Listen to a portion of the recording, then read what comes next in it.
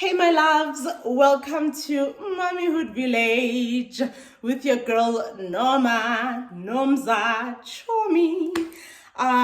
Guys, before we continue with today's edition, I just want to say thank you so much. The village has grown crazy. It has grown so much, from the subscribers, from the likes, from the comments, to the sharing.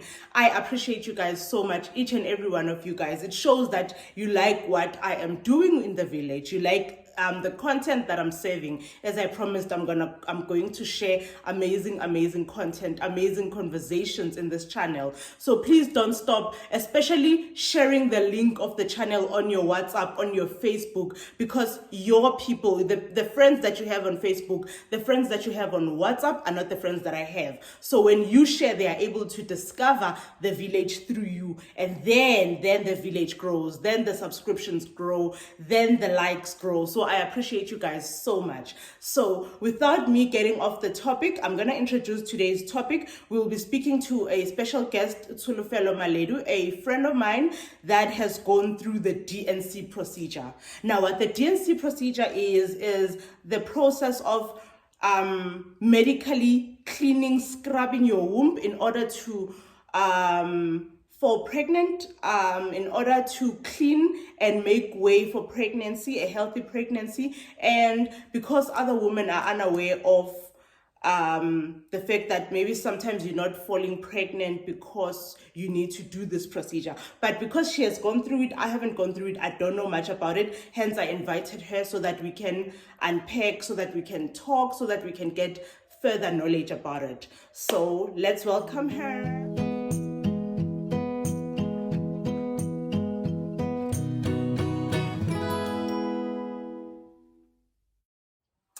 So guys, please help me welcome Tsulufelo, Mrs. Maledu. Welcome to Mommyhood Village. Welcome to the village. I am glad that you agreed to do this. It's a very personal and very, it's not even secretive. It's a very personal, I'm right to say personal. It's a very personal thing that she went through, that we women go through. And some women are just sitting in the corner and not talking about it. So we are going to unpack. We're going to open up. We're going to not judge. We're going to talk openly about it. So say hi to the villagers. Hi villagers. So nice to be on your channel, Mom. You're welcome. I feel honored to be here. To your Sabis. So, like I said, when I did the intro initially, I said that we're going to talk about the process of scrubbing the womb in order to be fertile, in order to fall pregnant, right? You know the terms. You went through this. I didn't go through this. I don't have an experience in this. So, take us through the process. At what point did you decide, or did you think, which, you know what, I've been trying, we've actually, let me not say I, let me say we've been trying to fall pregnant and it's not happening, let me seek help. At what point did you guys come to that decision? Maybe we could have an entire episode that will take about 24 hours. Yeah. In order for me to explain everything. Because it took quite a long time before that, because where do I even begin? I think I must do the background. The background story. So and this is what a lot of people that are close to me, my friends, don't know, is that we did actually try falling pregnant before I was actually open about it. Okay, let me stop you there at least, so that people know that it happens. This is possible. Yeah. How long did you try? Like how many years or how many months did you try before you decided, which, you know what, it's not happening? For about 2 years. Okay. Yeah, for 2 years. That's when we were both sure that we wanted a baby and nothing was happening. And the other thing that made me panic was the fact that there was a point in my life when I didn't use any contraceptives and nothing happened. And then I got married and I was like, I know. Plus, you know how people are. Sometimes people will be like, no, after you get married, you must enjoy your marriage. But remember, this is what they want for themselves. When you know, okay, there was a time I didn't use contraceptives, nothing happened. So you kind of like start panicking for you. What if really I can't have children? It's not happening. What is Yeah, happening to me? and now from my family's background, I come from a family whereby there's kids all over. Teenage pregnancy is a norm. So now I reach a certain age and nothing is happening. That's when I start panicking. But how do I deal with that? I first start dealing with it by myself. And I'm just like, what are people gonna think? And then again, guys, I'm not that person that likes to be felt sorry for. Of course. And even when I go through something, I first go through it before I even share it. I know I talk a lot. I share almost everything. But I think that's why I also wanted you to come and share your experience, because you've been through. You are not going through it, like you already gone through it and you've got experience. I think. And I also just want to find out, how did your husband feel? Like, did he also come up with an idea of, okay, baby, we've been trying, let's do this? Or was it you who said, actually, let's try? Because I know that men don't even Google. We are always on Google. We are always on YouTube. We are checking out. We are researching and doing all of that. We are panic stars naturally. And men are just chilled. So did he at any point say, actually, you know what, we've been trying, let's seek help? So now my husband, he's the calm to my storm in any situation. So even when in that point of us, we're still dating again, and then I'm telling you, I wasn't using anything. It's like we're gambling and playing with fire. You guys were ready. Because deep down, even when my periods came every month, we were like, yes, baby. Okay, no more. This was the last time, Yeah. we would do those things. And then more man, hey, we decided okay, these are the things that we wanted. Like, we had certain goals to achieve before actually bringing a child to earth. And one thing about him is that he was always skeptical during those stages of dating. But now, after marriage, he was the one who was like, yeah, you want today, baby. Yeah, I'm sure it's twins in there. And there was so much pressure that came with that as well, because nothing is happening. But at the same time, this is the same person that tells you, no, it will happen. God's timing, just as everybody says. Because you'll tell people and be like, I actually don't think I can. No, never. Because also I'm a person, I'm a person that's got faith. You understand? Whenever I speak to people, I try to build them and stuff. So for them to hear what I'm actually being doubtful of God, it would not make sense. But in that point of trying to have a baby, at some point you do believe, God says when the time is right, the Lord will make it happen. You do believe that, but then time will go by and it will go by to me. You're gonna, you feel it internally, what is happening? What is happening? How come it's not happening? Okay, I'm not stressing. You even meditate. You do all these sorts of things, but nothing happens. I think that's how I got Kwali. Okay. So, and also another question that I have, because like I said, when I started this channel, that people gossip, people talk, people have opinions. Our families have opinions. Our friends have opinions. So after you got married, you know how they're like, now you're married, we're expecting kids. And now 2 years goes by and nothing. Did you get any pressure from the family? The pressure being, hi, and whatever, those kind of comments that they think are passing, but they hit you because you on your own personal space know. Did you go through that? A lot, especially from my mom's side of the family. Like I'm saying, and it's not even a bad thing. Like even now, even when I go to people's functions and I don't see kids playing around, for me it's weird. Even hosting without kids, for me it's kind of weird. But then now where I come from, my family, I remember one relative of mine. I'll never forget that woman's words. Why did she looked at me? I think this was our 3rd year, just before I actually fell pregnant. She looked at me and she was like, "How, Tolo? You're still not pregnant? How you're embarrassing us." But they are waiting for a kid. That time, guys, and I'm not even my in-laws. I'm not speaking for my in-laws, but they didn't even have stress. They were relaxed. Actually, my husband comes from a very small family, so they're just about living their best life. So they didn't even put any single pressure on us. you know. And I actually started opening up to them just before I fell pregnant, because I felt like I needed to explain myself because of what the pressure I was getting from my mom's side of the family. I remember at one point I even had to sit my mom down to actually explain the kind of procedure that I was going to do. That's when she was like, oh, okay, because my mom is like a lady from back then, so old school mom. Yeah, old school mom. So she was just on some like, hey girl, what's happening? Because Lena, I would tell her, no, I want to enjoy my man. I can't know it's the other people who make me feel good at that time. But deep down, they don't know what I'm feeling. Yeah. I wish I was already pregnant. You don't know that. But they're like, yes, just enjoy your marriage.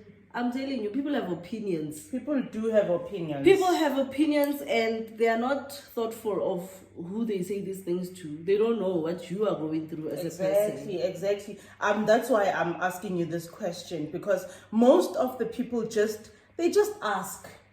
Like, don't ask me. And guys, remember, there are women who genuinely, like, even if they could go through the procedures, even if they could try and seek medical help, they just can't fall pregnant. So for someone to come and straight up say, no, guy, when are you falling pregnant? Even when you have a child, Chomi, they will be like, because other women, after having that first child, they struggle to it's possible to struggle to conceive again, even if when you have a child. So they'll be like, hey, when are you having your second child? Those are very, very sensitive questions, because you don't know what that person is going through. You don't know how many pregnancy tests that person has gone through that came back negative. Yeah. You know, some other people, it's not even a matter of, I've been tried, they can't. So just be sensitive when you come up with those questions, you know? Yeah. Okay, now that you have unpacked your background and how you went through it, please explain the process for us. I'm sure someone out there wants to know, what is it? Is it an operation? Is it just opening up a little bit of a hole and putting in a camera to check or whatever? What is the process? Explain the medical terms for it, please. Okay, so before I get to that, let me take them through the contraceptives now. Okay. So I was on is it Narestorate? Yeah, it's a Narestorate injection, 2 months injection as a contraceptive. Okay. I left it for an entire year. That's when nothing happened. And yeah, I think I kind of like have a memory loss. I can't remember the years or the dates. It's fine. The dates. So when I stopped it, I went onto the pill. Told me I am so bad with taking any kind of pill on a daily basis. That's why now I'm using the method that I'm using now, yeah, bitch. So now I was on the pill. I would forget the pill. That's when nothing happened, and I'll go from one doctor to the next. And when they look at me, they're like, "How old are you?" And they're just like, "Hey, bro, you're still young. It will happen." About 3 doctors, GPs, told me the same thing. I was somebody that never believed in going to a gynecologist. I always felt like, no, something needs to be medically wrong with you in order for you to go there. I've never suffered from an STI, so I was just like, oh girl, I'm good. You know, I'm good. And yeah, God loves me in jail. I never had those serious situations until I was at work. It was 4 years ago. Yeah, I was at work. Remember that day I was feeling when I had abdominal pains. Yeah. Okay, we've been friends that long, hey? Yeah. And I had to be rushed to hospital. Oh, God bless Lerato. So I had to go to hospital. When I got there, they discovered that I actually have a cyst. So imagine, out of all the 3 doctors that I went to, they were not even able to do that. Because I remember there was some time at one GP, they actually went through, and when I did a sonar scan, so they went through that. I don't know if he couldn't see whether I have a cyst or what. So the doctors at the hospital did see whether I have a cyst, an ovarian cyst, which is like a bubble that grows under one of your ovaries. So it was on my right ovaries. So some people are able to fall pregnant even with it there, but for now, that's actually what was causing me, that was hindering the pregnancy. Okay. So meaning that I was probably ovulating through one ovary. Okay. Instead of 2. 2. Okay. Yeah. So now, yeah, that's what happened. So now they cleaned it. What do they do? Do they remove the cyst? Yeah, they did remove. And it's an operation process. Yes. So the process that I had to do was a laparoscopic surgery. Okay, so before I said D and C, ne? Yes. So what is the difference between the DNC and the laparoscopic process? Okay, so a laparoscopic surgery is a surgery where the OBGYN puts an instrument in your abdomens to look at your fallopian tubes to see what could be hindering the pregnancy from happening. Okay. So this is also a process where they check your womb. Okay. And a DNC is where they clean your womb. They clean your womb. They check out for any adhesions, which I had, funny enough. I don't know what causes adhesions, but out of the medical report that I got from my gynae, he did say that there were some adhesions inside my uterus. But then, yeah, he did the DNC, and it's just a process that we can do like overnight. I only had to sleep in hospital for 1 night. For 1 night, okay. Yes. And going to the gynae, my friend, was like, I was tired of being told I'm young by all these GPs. You know, I remember going to this one GP. He just looked at me and he was like, "Hi, bo, when you are still young." And actually, before I even got to that, I also went for a homeopathy. What is that? Homeopathy. It's natural. They use natural methods of falling pregnant. So it's like little drops inside containers that you're gonna need to pour into one shot glass, and then you drink them every day. There's your folic acid. There's all these other prenatal vitamin methods that are natural to help you conceive. So what happened when I went on to that the consultation, when I got to the doctor just looked inside my eyes with some telescope thingy, and he was like, "You are suffering from hormonal imbalance," which could have been true. I'm not saying that was not true, but guys, this is what I had to go through before. Because now I was starting to panic, and I was thinking, GPs are not doing me justice. So let me just go elsewhere to seek second opinion. Yeah. You know, I remember lying at this one GP. I said, "How long have you been trying for?" "Can 5 years." And he was like, "How old are you?" Yes, that guy just looked me in the eye. He was like, "How old are you, Kat?" And what people don't understand, guys, it's not necessarily about age. Once you have that scare, you can't fall pregnant, and you really want kids, hey, it's a journey. It's a journey that you are going to take on your own, whether your husband understands. And I trust you, me, now my husband understood to a certain level. With anything, in fact, and I'm always the one that panics. And then he's going to be like, "No, baby, it's fine. It's going to happen. It's not that much of a big deal. We're going to be fine." With everything, the geezer can best to me, and I'll be the one who's going crazy. Panicking. So with trying to fall pregnant, it's different because you need both parties involved. Yes. Yeah, I get you. You also, at some stage when we had a conversation, you mentioned the scheduled sex. This is not for kids. This is now getting real. It's getting real. Yo, you mentioned you're not embarrassed me. I feel like someone needs to be educated. We could be helping someone out there, you know. Explain that to us. Unpack that for us. I don't understand it. It's so funny. We recently, this was last year or 2 years back, that movie, How to Ruin Christmas. And remember what the gogo was saying there, because you are not having enough sex. Some doctors even told me that while we were consulting. But Aibo, you guys are not having enough sex. And how old is your husband? Because they would even ask. So I'm trying to understand, why do you want to know my husband's age? Are you trying to understand whether he's old or young? And what does that mean anyway? About what does that have to do with anything? I'm telling you. I mean, other people have sex once on your first try, then you fall pregnant. What do you mean? So many people you're not having sex enough? I know so many people that have fallen pregnant upon the first time. You know. So the scheduled sex, friend. I know when you're trying to conceive, you go through all these apps. You go through all these blogs online. Google.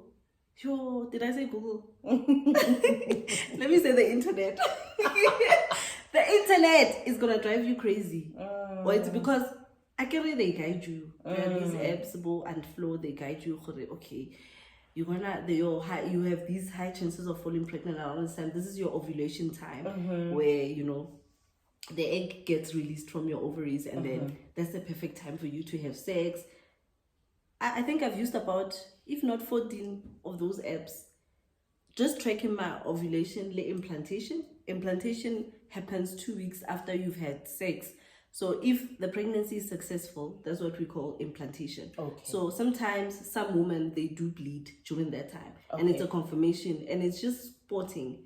It will be brownish, and oh my gosh, this is so explicit. It's fine. PG-18. PG-18. Excuse me. Yeah, so that's what makes you want to have scheduled sex. It's the timelines between the implantation time and the buying of pregnancy test. When my friend, it was a nightmare. Yeah. But let me elaborate further on the scheduled sex. That's something that almost ruined my marriage, actually, because it doesn't matter where my husband would be or where he needed to be. In fact, not according to me, he didn't need to have a social life. We were trying to conceive, and it's be here. Be here. And I'm like, this is the weekend when I'm hot. Yeah. Hey, he knew. I'm like, baby, I'm hot. Go to your poor man. Go to Akitsu, guys. But that's what was happening. He would even tell me, it's like, no, baby, come on. You see, and then sometimes we fight. It's not easy for him to bounce back, but Mina, because I have a goal in mind, I'll do anything in my power. I will try to, hey baby, catch up. Hey, how many lingeries did I buy, friend? Just trying to conceive, and now they don't fit. All of them don't even fit. Oh, and by the way, Tsulu has a bouncing, gorgeous baby girl. So this is her testimony. I thought we were gonna get to that in the end. This is her testimony, guys. She has, you see, I'm sure you can see the baby chair. I wanted to remove us. that baby chair, guys. I'm sure you can see the baby chair behind us. This is a testimony. So we are not, and I'm always gonna say this: we are not medically trained to offer advice of any sort. It's just us coming forward and saying, "I went through this." If you are also having a certain problem of that is almost like mine, seek help. Do your research, speak to your gynae, speak to a doctor, speak to a GP, like get help. Things like ovarian cysts, which is something that I went through, it happens that ubalem kaba, you kind of have a fat belly, right? That doesn't mean that the person is pregnant. Stop asking people if they're pregnant because you see that they might be suffering medically because of the cyst. It makes you bloated most of the time. So I went through this as well, and for me it was like a constant reminder that I need to fall pregnant. I need to fall pregnant. Because people are busy saying, "Are you?" You see, like, and guys, I think I said, and guys, please don't ask if you're not told. It has nothing to do with you, whether I'm pregnant or I'm not pregnant, whether I've got mkaba or whether I've got a baby in there. It is not your place to ask until I tell you. Yes. And even in the workplaces, stop saying you are feeling sleepy. Mamang is pregnant. Please be sensitive. No, we are women. I think another reason why I created this village is because we are women. We go through a lot. You don't know how many times I go to sleep crying because I'm failing to conceive. You don't know how many times. Today you could be asking me if I'm pregnant because you're seeing my mkaba. You don't know that last night I went to bed crying because my pregnancy test came back negative. Let's be sensitive about these things. Don't ask until I tell you. If I feel like I want to talk, I'll come to you and open up to you. If I don't talk, don't ask. It's none of your business. And it's also a personal thing.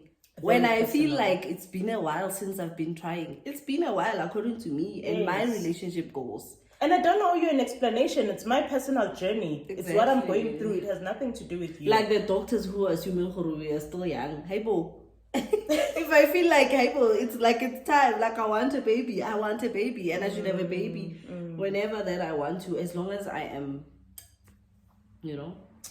guys. Yeah. So let's that surgery helped. I wish I could give her my gynae a shout out, but he told me after the procedure, by the way, after 3 months you're gonna catch, and guess what? It happened. But another thing that also helped, and this is so important to everyone out there that's trying to conceive. This is not even advice, but I feel that's what works for most people. As soon as you stop obsessing about falling pregnant, that's when it actually happens. Yes. You understand? Yes. When you give up and you're like, it's fine. But now I'm one person. I've always, like, I'm a result-orientated person. It needs to give me results. Whatever that I do, it needs to give me results. And some people mistaken it for perfection. But I feel like that's just the kind of person that I am. You are, yeah. So, when the pregnancy happened, even at some point, friend, I was like, they always say you can't have it all. Yeah, I started counting. Okay, I achieved this goal. I achieved that goal. I achieved that. Maybe obvious. This one is you the sure one this is the one. And that was wrong of me. As somebody that is Christian, it was so wrong of me. But at that point in time, when I was feeling it, I felt it. I went through it. I dealt with it.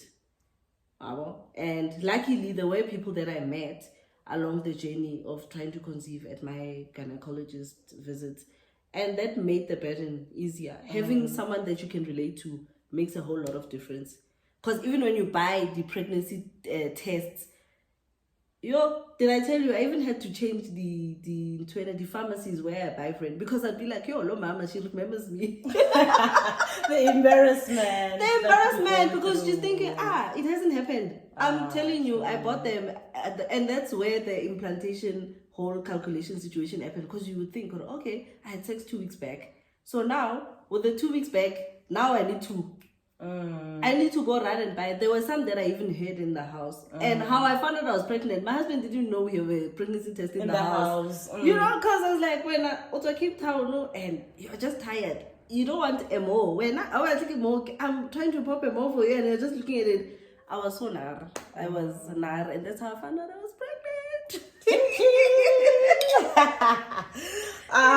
Yeah, Chami. Oh, you know what? Are you speechless? I'm speechless. I won. Most of the this things one talks a lot. Yes. And most of the things that now she's revealing, I didn't know about, and we've been speaking. No, I did we've been talking, but I'm so glad. Then that means this conversation was organic. This conversation was honest. And which is what I was trying to get. Yeah. Thank you so much for sharing your journey. Thank you so much for sharing your experiences. You could be reaching out to someone out there, and this is going to help so much. Friend, especially you have no idea. Especially the pregnancy buying thing. I know we all go through it. We all. Someone that has been through my experience of just trying to conceive. They know. They know. The fact that you have to change your pharmacy, you must know why it's bad. It's not like buying your 6-pack here. I love her, you don't care. You don't care. You don't care. But a pregnancy test, you feel like, I don't care. And it could be different people every time you go to the counter, friend. And you're like, maybe I like this camp better. But there are those pharmacies whereby you literally need to ask them at the counter for the pregnancy test. And them screaming in the shop, it's like they are announcing your failure. Now we are struggling. Margaret. Guys. So I like this camp, because sometimes they'll even the teller will be looking at the pregnancy test like ovulation test. Hey, Hashem, all these brands. We go through a lot as women. Hey, I know them. Through a lot. Ovulation testing, it's just a lot, friend. But in the end, here's the girl who's giving me memory loss now. Trust me, I can't remember half of the things I said in this video, so.